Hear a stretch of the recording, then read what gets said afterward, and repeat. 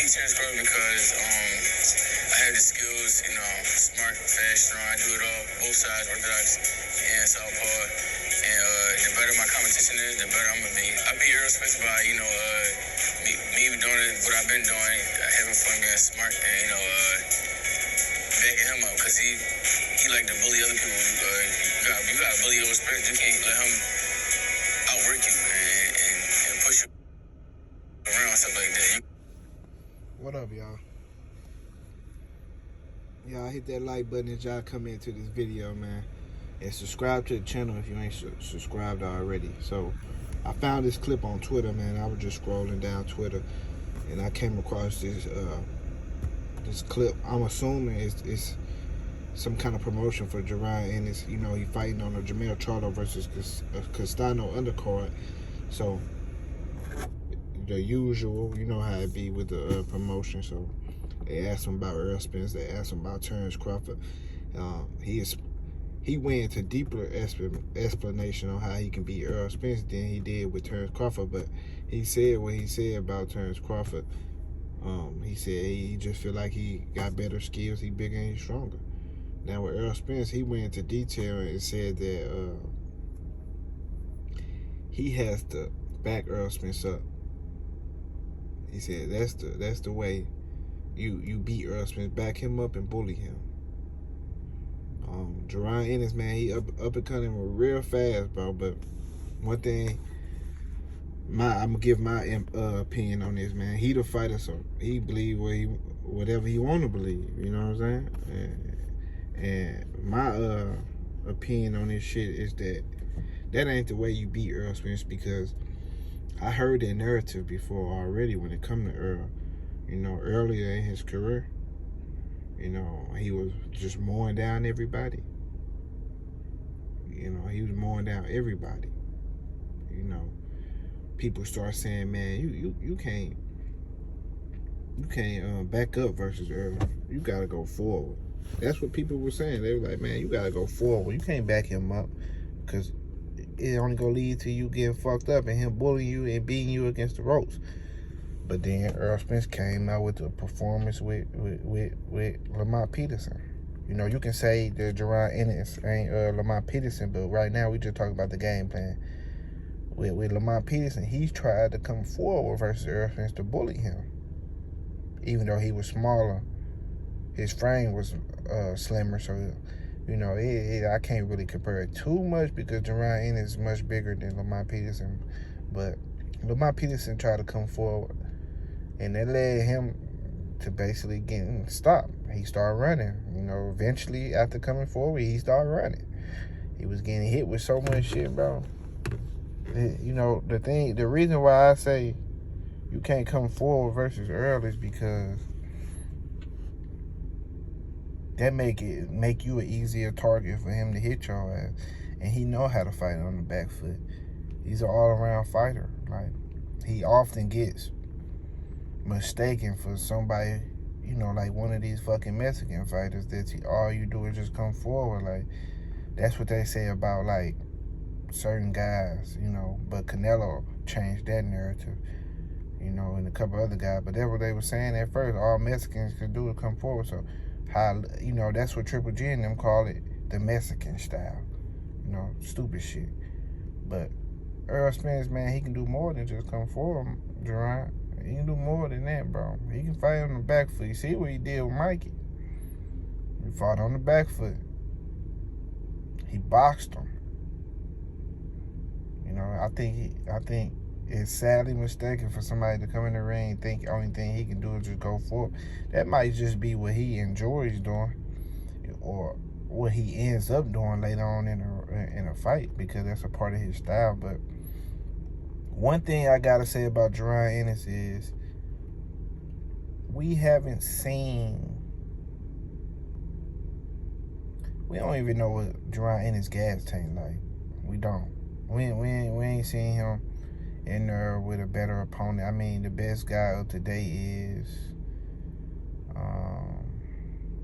Lipinets Lipinets. Shit.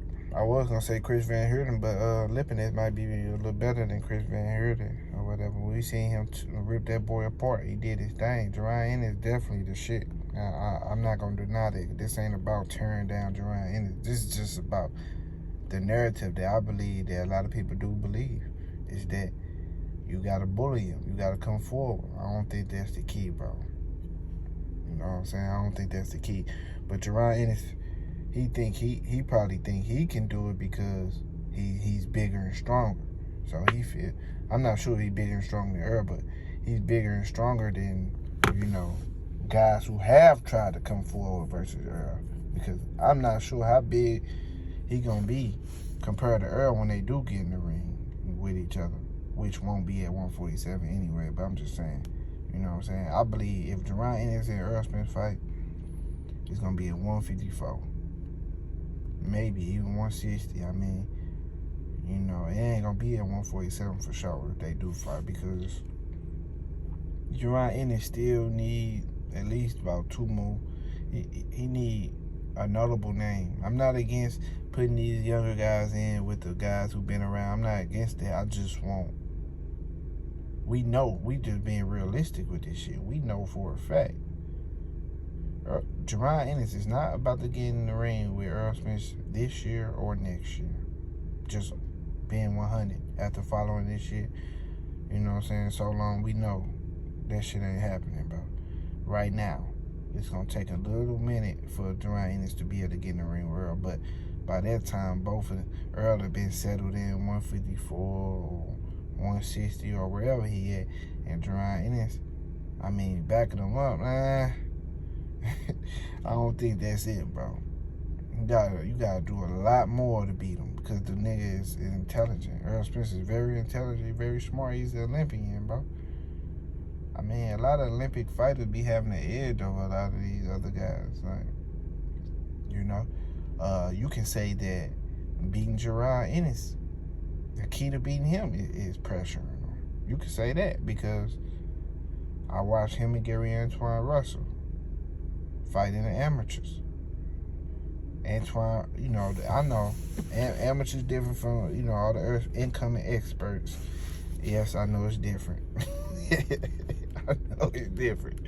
But Antoine Russell got this pressure style, which I love. Like, he fuck around and beat a lot of dudes because of that style. He gonna, even when it comes to a point where they both just as talented as each other, he gonna be able to beat them because of the style. A lot of guys don't know how to up the pace, or they ain't that comfortable fighting at a high pace. So, but Antoine Russell, he had some success against Jaron Ennis coming forward, right or wrong. So what I'm saying is, maybe that's the key to beat Jaron Ennis. Is that the key? We'll know. We ain't gonna know right now, but we'll know soon. That competition, and he start getting in with certain guys, we'll be able to learn more about Jaron Ennis. I'll never come out here and say Jaron Ennis would be. Only person I think Jaron Ennis beat is Keith Thurman. I believe he punch him in his body, it's gonna be a wrap. Cause he a good body puncher. I believe he punch him in his stomach, it's over. I like Jaron Ennis though. This ain't about shit no more. I fucks with him super hard. Anytime he fight, definitely gonna support it all the way. But I don't think he ready for Errol. He ready to get in the ring with Errol, yes, maybe, but I'm talking about with like beating him. He not gonna, no, not with backing him up. This shit ain't gonna work, because what happens when he don't back up? Ugas was bigger than Errol. He was coming forward the whole night. He ended up getting his fucking eye broke. So coming forward ain't the mission, my boy. That ain't it. But y'all let me know what y'all think about that, man. Jaron Ennis, that's what he believe, man. And he a fucking fighter putting in the work. I ain't gonna say, oh man, what the fuck? That ain't it. I just don't think that's the key, my boy. But other than that, man, I'm out, y'all. Deuces.